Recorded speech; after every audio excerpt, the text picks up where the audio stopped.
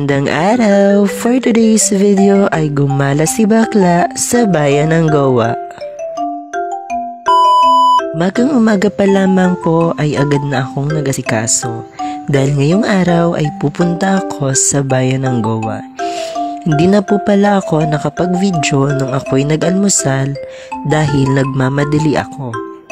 Paglabas ko nga po ay agad kong nakita ang aking pinsan. Tamang-tama dahil pupunta na siya sa paaralan. Maya-maya ay may dumating ng tricycle kaya agad na kaming sumakay. Pagdating sa paaralan ay bumaba na siya at ako naman ang natira sa loob ng tricycle. Sa sobrang ang pagmamadali ko ay nakalimutan kong mag-retouch. Kaya naman ay dito na ako nag-ayos. Nagmamadali na nga ako dahil 6 AM ang napag-usapan namin at magsi-7 na nito. Nakakahiya naman kung ako nga lang yung sasama ay ako pa yung malilit. Pagdating sa bayan ng Tigaon ay agad na akong bumaba.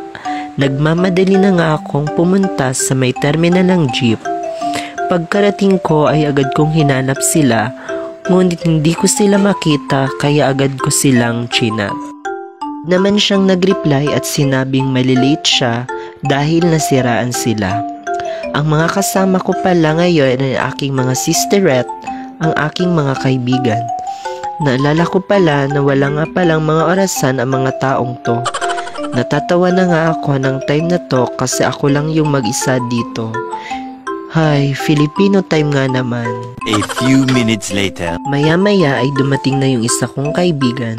Bale, 4 po pala kaming magkakasama.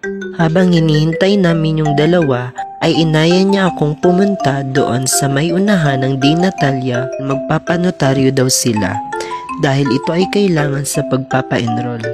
Maya-maya ay dumating na nga yung dalawa. Hindi rin nagtagal ay natapos na sila at agad na kaming pumunta sa may terminal.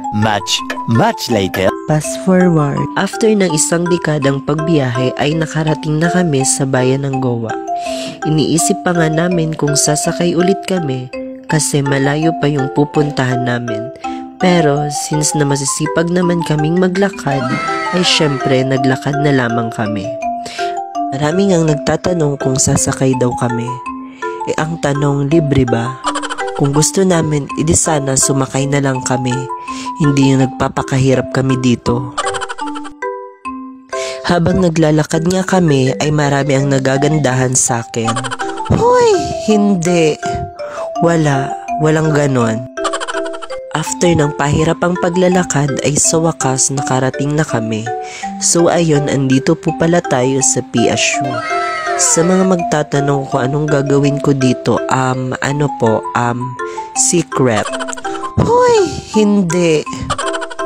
Hindi, may inquiry lang ako sa kanila if pwedeng lumipat. Habang papunta nga kami sa may registrar, ay nakasalubong ko si Sister Rep. In fairness, mas maganda pa rin ako sa kanya.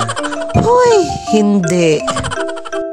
So ayun, after namin magtanong sa registrar, ay itinuro kami sa may admission office. After naman namin pumunta doon, ay itinuro naman kami sa office ng mga direktor. 15 minutes later. Fast forward, after ng mahabang pag-uusap, ay malungkot na balita na hindi pa raw pwede. But instead na maging malungkot, ay rumampa na lamang si Akla. Di na nga pala ng time na to kaya naisipan na naming umuwi. Ngunit bago kami umuwi ay napagkasunduan naming kumain muna sa Jollibee. Pero libre ni Frenzy. Hi Frenzy, thank you sa treat. Pagpasok namin ay agad na kaming pumunta sa may hindi ko alam kung anong tawag dito. Nagugutom na ako kaya wala na akong time mag-isip pa. Hoy, may isip. That time pala, nagdiriwang ng kaarawan sa taas. Kaya hinihiling nga namin na sana may bumaba galing sa taas upang bigyan kami ng pagkain. Pero kung wala naman ay kusa kaming aakyat.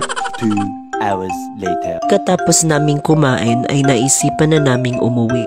Habang nga naglalakad kami papunta sa may terminal ay panay tawa kami ng kaibigan ko. Dahil panay tingin pala sa amin yung mga tao, lalong-lalo na yung mga driver ng truck. Yun pala ay si ate mo girl ay slay na slay ang outfit. Pagkarating namin sa may terminal, ay napagkasunduan naming sumakay na lamang ng bus. Pero si Akla ay mahiluhin kaya nagdadalawang isip siya. Huy, may isip. Pero wala akong magagawa kaya sumakay na lamang ako kaysa naman mag-solo trip ako.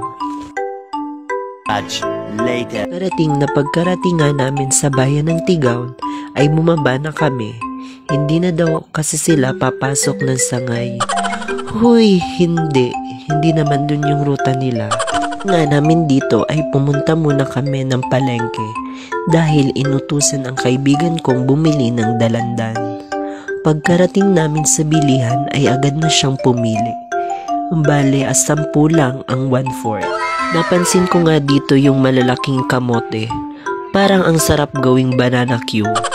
Hoy, hindi. Habang pumipili nga yung mga kaibigan ko ay agad naman akong nainggit kaya bumili na rin ako. Tinatanong ko nga si ate dito kung pwedeng lagyan ng mansanas yung plastic ko ng dalandan.